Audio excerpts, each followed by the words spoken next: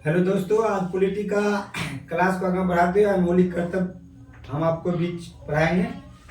तो मौलिक कर्तव्य का चर्चा भाग 4 के क अनुच्छेद 51 के क। सरदार स्वर्ण सिंह समिति के अनुशंसा पर 42वां संविधान संशोधन 1976 के द्वारा मौलिक कर्तव्य को संविधान में जोड़ा गया।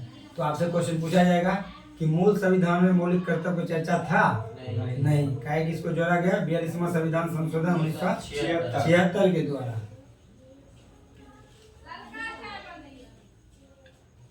इसको मौलिक कर्तव्य को रूस के संविधान से लिया गया है। इसका चर्चा संविधान के भाग 4 के क अनुच्छेद 51 के क। मूल संविधान में इसका चर्चा नहीं था। मौलिक अधिकार, मौलिक कर्तव्य, इसकी संख्या टोटल कितनी है? 11 है। ये मौलिक कर्तव्य जो लागू है भारत के सभी नागरिक पर लागू है। भारत के सभी नागरिक को मौलिक कर्तव्य का पालन करना अनिवार्य है, करना भी चाहिए। प्रत्येक नागरिक का मौलिक कर्तव्य 1, प्रत्येक नागरिक का यह कर्तव्य होगा कि वह संविधान का पालन करे तथा राष्ट्र ध्वज और राष्ट्रगान का आदर करे, सम्मान करे। दूसरा, स्वतंत्रता के लिए हमारे राष्ट्रीय आंदोलन को प्रेरित करने वाले उच्च आदर्श, जैसे हम बात जैसे बोलता है भगत सिंह अमर रहे, महात्मा गांधी अमर रहे, वैसे शब्द को हृदय से संजोए और लगाए रखे। भारत की प्रभुता, एकता, अखंडता की रक्षा करें। भारत के सभी लोगों में समरसता और भाईचारा की भावना रखे।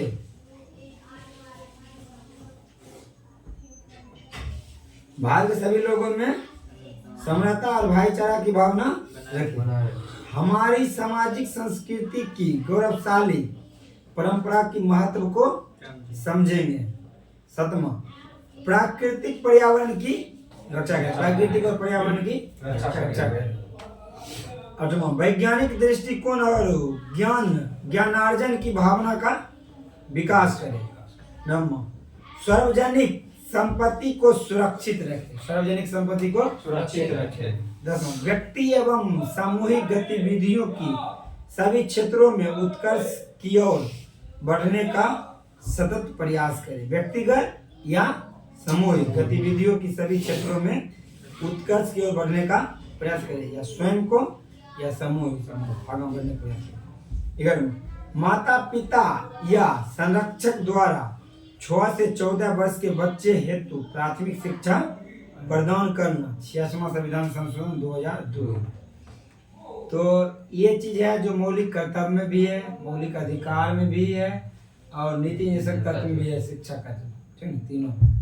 अंतर्राज्यीय परिषद, अंतर्राज्यीय परिषद संविधान के अनुच्छेद 263 के अंतर्गत केंद्र एवं राज्य के मध्य समन्वय स्थापित करने के लिए राष्ट्रपति इसका स्थापना करता है। संविधान के अनुच्छेद 263 के अंतर्गत केंद्र एवं राज्य के मध्य समन्वय स्थापित करने के लिए राष्ट्रपति इसका स्थापना करता है। अंतर्राज्यीय परिषद, इसका अध्यक्ष प्रधानमंत्री होता है, पर स्थापना कौन करता है? राष्ट्रपति। इसके 6 कैबिनेट मंत्री, अंतर्राज्यीय परिषद में 6 कैबिनेट मंत्री, सभी राज्य के मुख्यमंत्री एवं संघ राज्य केंद्र शासित प्रदेश के प्रशासक, इसका क्या होता है? सदस्य होता है, ठीक है।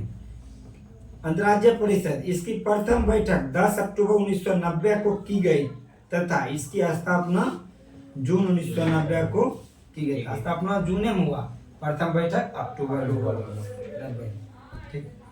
इसकी बैठक वर्ष में 3 बार होती है। अंतर्राज्यीय परिषद की बैठक वर्ष में 3 बार होती है। प्रधानमंत्री की अनुपस्थिति में कैबिनेट मंत्री इसकी अध्यक्षता करता है, अंतर्राज्यीय परिषद की, ठीक ना। राष्ट्रीय विकास परिषद, योजना के निर्माण में राज्यों की भागीदारी होनी चाहिए। योजना के निर्माण में राज्यों की भागीदारी होनी चाहिए। इस विचार को रखते हुए एक प्रस्ताव द्वारा 6 अगस्त 1952 को इसका गठन, राष्ट्रीय विकास परिषद का गठन कब हुआ? 6 अगस्त 1952। राष्ट्रीय विकास परिषद, इसका अध्यक्ष कौन होता है? प्रधानमंत्री होता है। राष्ट्रीय विकास परिषद का अध्यक्ष प्रधानमंत्री। इसका सचिव, योजना आयोग के सचिव ही इसका सचिव होता है। सभी राज्यों के मुख्यमंत्री एवं योजना आयोग के सभी सदस्य राष्ट्रीय विकास परिषद का सदस्य होता है। इसका मुख्य कार्य केंद्र एवं राज्य तथा योजना आयोग के बीच सेतु की तरह कार्य करना। राष्ट्रीय विकास परिषद का मुख्य कार्य क्या है? केंद्र एवं राज्य तथा योजना आयोग के बीच, केंद्र राज्य या योजना आयोग के बीच पुल की तरह काम करना, मतलब इस पार से उस पार करना, मतलब पहुंचाना दोनों के बीच। सुपर कैबिनेट की संज्ञा राष्ट्रीय विकास परिषद को ही दिया गया था। किसके द्वारा? के संस्थानम के द्वारा। के संस्थानम के द्वारा।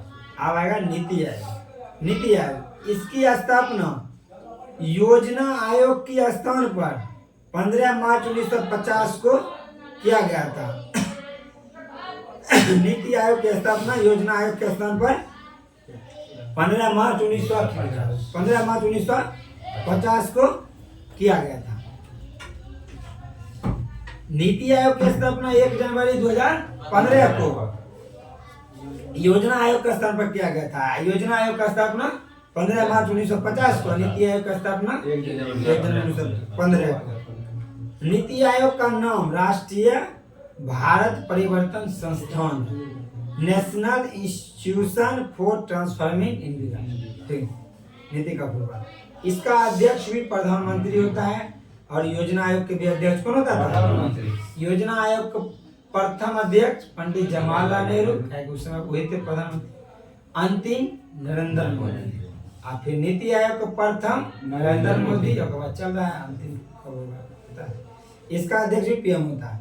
इसका भी सदस्य सीएम होता है, मुख्यमंत्री होता है।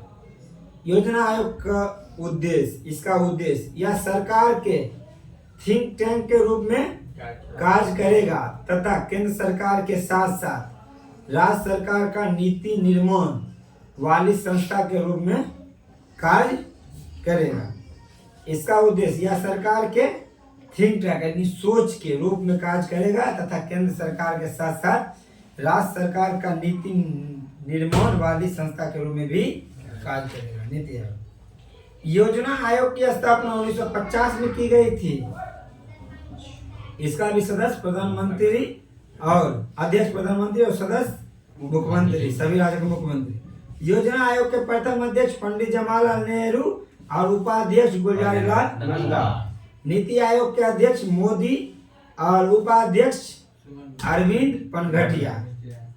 इसका सीईओ, प्रथम सीईओ नीति आयोग का अमिताभ कांत, अभी वर्तमान में सुमन बेरी। वर्तमान में इसका अध्यक्ष सुमन बेरी है अभी वर्तमान में।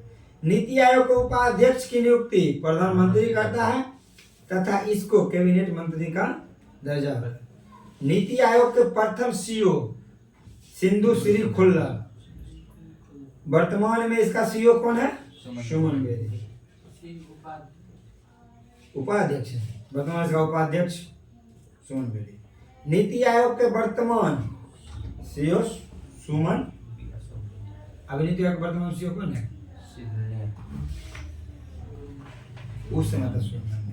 इसी के साथ आज की क्लास समाप्त होती है। आप लोगों को अच्छा लगे तो चैनल को सब्सक्राइब और वीडियो को लाइक जरूर करें। जय हिंद, जय भारत।